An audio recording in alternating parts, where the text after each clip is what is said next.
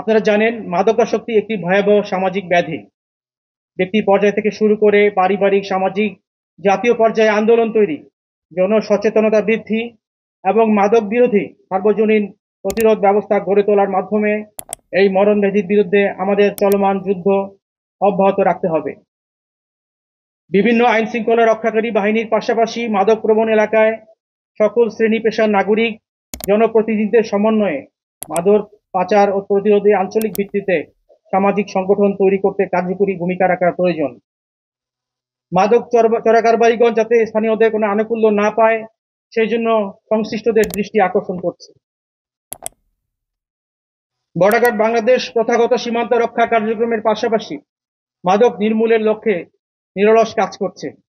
বিজিবিতে অন্তর্ভুক্ত পুরুষ সৈনিকের পাশাপাশি নারী সৈনিকরাও দেশমাতৃকার সেবায় নিজেদের যোগ্য ও দক্ষ হিসেবে প্রমাণিত করেছেন। এই বাহিনীর প্রতিটি সদস্য সদা সর্বদা একনিষ্ঠভাবে কাজ করছে এবং ভবিষ্যতেও অভিষ্ট লক্ষ্য অর্জনে সর্বোচ্চ ত্যাগ স্বীকারে প্রস্তুত রয়েছে বলে আমি সকলকে আশ্বস্ত করতে চাই। মিয়ানমার সীমান্তে মাদক পাচার প্রতিরোধের বিষয়টি বর্ডার গার্ড বাংলাদেশ কক্সবাজার রিজিয়নের জন্য একটি বড় চ্যালেঞ্জ, যা মোকাবিলা করতে আমরা বদ্ধপরিকর। শুধু কক্সবাজার নয়, দেশের বিভিন্ন স্থান হতে বর্ডার গার্ড বাংলাদেশ সর্বগ্রাসী ইয়াবা, ক্রিস্টাল মেথ, আইস, ফেন্সিডিল সহ ও বিদেশি মদ সহ বিভিন্ন ধরনের মাদকদ্রব্য প্রতিদিনই আটক করে যাচ্ছে। এরই ধারাবাহিকতায় কক্সবাজার রিজিয়নের উদ্যোগে আজকের এই মাদক ধ্বংসকরণ অনুষ্ঠান।